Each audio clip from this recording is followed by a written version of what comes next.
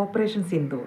നമ്മൾ ഓരോ ഇന്ത്യക്കാരനും ഒരേ വികാരത്തോടു കൂടി ഏറ്റെടുത്തൊരു വാക്കാണ് ഓപ്പറേഷൻ സിന്ദൂർ എന്ന് പറയുന്നത്, അല്ലേ? 2025 ഏപ്രിൽ 22 പഹൽഗാമിൽ വെച്ചുണ്ടായ ഭീകരാക്രമണത്തിൽ 26ഓളം ടൂറിസ്റ്റുകൾ, 25 ഇന്ത്യക്കാരും ഒരു നേപ്പാൾ പൗരനടക്കം 26ഓളം ടൂറിസ്റ്റുകൾ കൊല്ലപ്പെട്ടു, മൃഗീയമായി കൊല്ലപ്പെട്ടു. അതും അവരുടെ കുടുംബാംഗങ്ങളുടെ മുന്നിൽ വെച്ചിട്ട്. അതാണ് ഏറ്റവും വലിയ സങ്കടം, അല്ലേ? കുടുംബാംഗങ്ങളുടെ മുന്നിൽ വെച്ചിട്ട്. എന്നിട്ട് ആർത്തലച്ച് കരയുന്ന ആ പാവങ്ങളോട് ഈ അക്രമികൾ പറഞ്ഞു, പോയി മോദിയോട് പോയി പറയാം, അല്ലേ? മോദി കേട്ടു, അല്ലേ? കേൾക്കേണ്ടവർ കേട്ടു. ഇന്ത്യൻ ആർമി അതിനുള്ള മറുപടിയും കൊടുത്തു. നമ്മുടെ പ്രൈം മിനിസ്റ്റർ അതിനൊരു പേരും കൊടുത്തു, ഓപ്പറേഷൻ സിന്ദൂർ, അല്ലേ? ഓപ്പറേഷൻ സിന്ദൂർ, അതാണ് ഓപ്പറേഷൻ സിന്ദൂർ എന്ന് പറയുന്നത്. അപ്പം നമ്മൾ ഓരോരുത്തരും കാത്തിരുന്ന ഒരു മറുപടിയാണത്. കാരണം ആ ചിത്രങ്ങളൊന്നും നമ്മുടെ മനസ്സിൽ നിന്ന് ഇപ്പോഴും പോയിട്ടില്ല. അതുകൊണ്ട് തന്നെ നമ്മൾ ഓരോരുത്തരും കാത്തിരുന്ന ഒരു മറുപടിയായിരുന്നു അത്. അങ്ങനെ പറഞ്ഞു വരുന്നത് എന്തെന്ന് വെച്ചാൽ, നമുക്ക് ഇങ്ങനൊരു മറുപടി കൊടുക്കാൻ നമുക്ക് പറ്റിയിട്ടുണ്ടെങ്കിൽ അത് നമ്മുടെ പ്രതിരോധ സംവിധാനത്തിൻ്റെ മികവ് ഒന്നുകൊണ്ട് മാത്രമാണ് നമുക്ക് ഇങ്ങനെയൊരു മറുപടി കൊടുക്കാൻ നമുക്ക് പറ്റിയത്, അല്ലേ? നമുക്ക് ഇങ്ങനെയൊരു സംവിധാനം ഇല്ലായിരുന്നെങ്കിൽ ഇതുപോലെ ഒരു ഭീകരവാദികളുടെ താവളമായി മാറിയിരുന്നു നമ്മുടെ രാജ്യവും, അല്ലേ?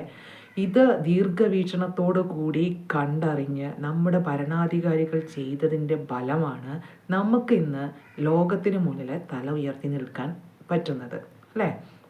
അപ്പോൾ നമുക്കറിയാനുള്ള കാര്യങ്ങൾ എന്താണെന്ന് വെച്ചാൽ, നമ്മുടെ ഈ പ്രതിരോധ സംവിധാനത്തിൽ ഒരുപാട് മികവുറ്റ യുദ്ധ സാമഗ്രികളുണ്ട്. അതിനെ പറ്റിയാണ് ഇവിടെ പറയുന്നത്. അതിൽ നമ്മൾ ഈ ഒരു സമയത്ത് നമ്മൾ ഒരുപാട് കേട്ട ഒരു വാക്കാണ് സുദർശൻ ചക്ര എന്ന് പറയുന്നത്, അല്ലേ? സുദർശൻ ചക്ര. ഈ S-400 മിസൈൽ ലോഞ്ചിനെയാണ് സുദർശൻ ചക്ര എന്നറിയപ്പെടുന്നത്. ഈ വ്യോമ ഭീഷണികളെ വേഗത്തിലും കൃത്യമായും കണ്ടെത്തി നിർവീര്യമാക്കാനുള്ള ആ സിസ്റ്റത്തിൻ്റെ കഴിവ് കൊണ്ടാണ് അതിന് ഈ സുദർശൻ ചക്ര, കാരണം മഹാവിഷ്ണുവിൻ്റെ ആയുധമായിട്ടുള്ള സുദർശൻ ചക്ര എന്ന പേര് അതിന് കൊടുത്തിട്ടുള്ളത്, അല്ലേ?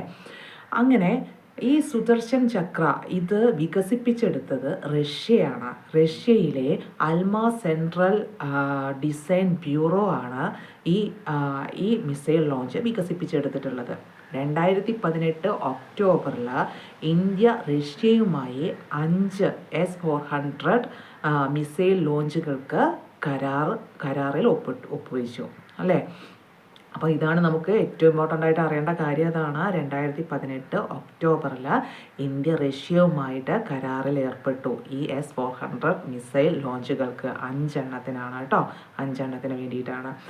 അപ്പോൾ ഈ ഓപ്പറേഷൻ സിന്ദൂർ നടന്നു. അതിനൊരു പ്രത്യാക്രമണം ഉണ്ടായി, അല്ലേ? അതിന് പാകിസ്ഥാൻ കൊടുത്ത പേരാണ് ഓപ്പറേഷൻ ബനിയൻ അൽ മർസൂസ്.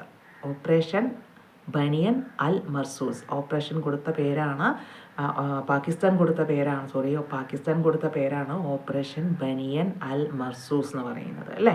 അപ്പോൾ അതിൻ്റെ ഭാഗമായിട്ട് ഹൈപ്പർസോണിക് മിസൈൽ ഉപയോഗിച്ച് നമ്മുടെ S-400 സിസ്റ്റം തകർത്തു എന്ന് പാകിസ്ഥാൻ പ്രചരിപ്പിച്ചു, അല്ലേ? ആദംപൂരിലുള്ള നമ്മുടെ S-400 സിസ്റ്റം ആണ് അവർ നശിപ്പിച്ചതെന്ന് അവർ പ്രചരിപ്പിച്ചു. അപ്പോൾ 2025 മെയ് 13 നമ്മുടെ പ്രൈം മിനിസ്റ്റർ ആദംപൂരിലെത്തി, സൈനിക ക്യാമ്പിലെത്തി S-400 മിസൈലിന് മുന്നിൽ നിന്ന് പോസ് ചെയ്തു. അത് നമ്മുടെ അഭിമാനമായ സോഫിയ ഖുറേഷി നമ്മുടെ ലോകത്തിന് അത് കാണിച്ചു തരികയും ചെയ്തു, അല്ലേ?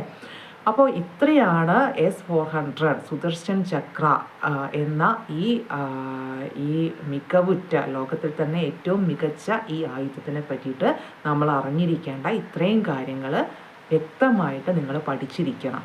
ഓക്കെ, അപ്പോൾ ഇത്രയേ ഉള്ളൂ. Okay, thank you.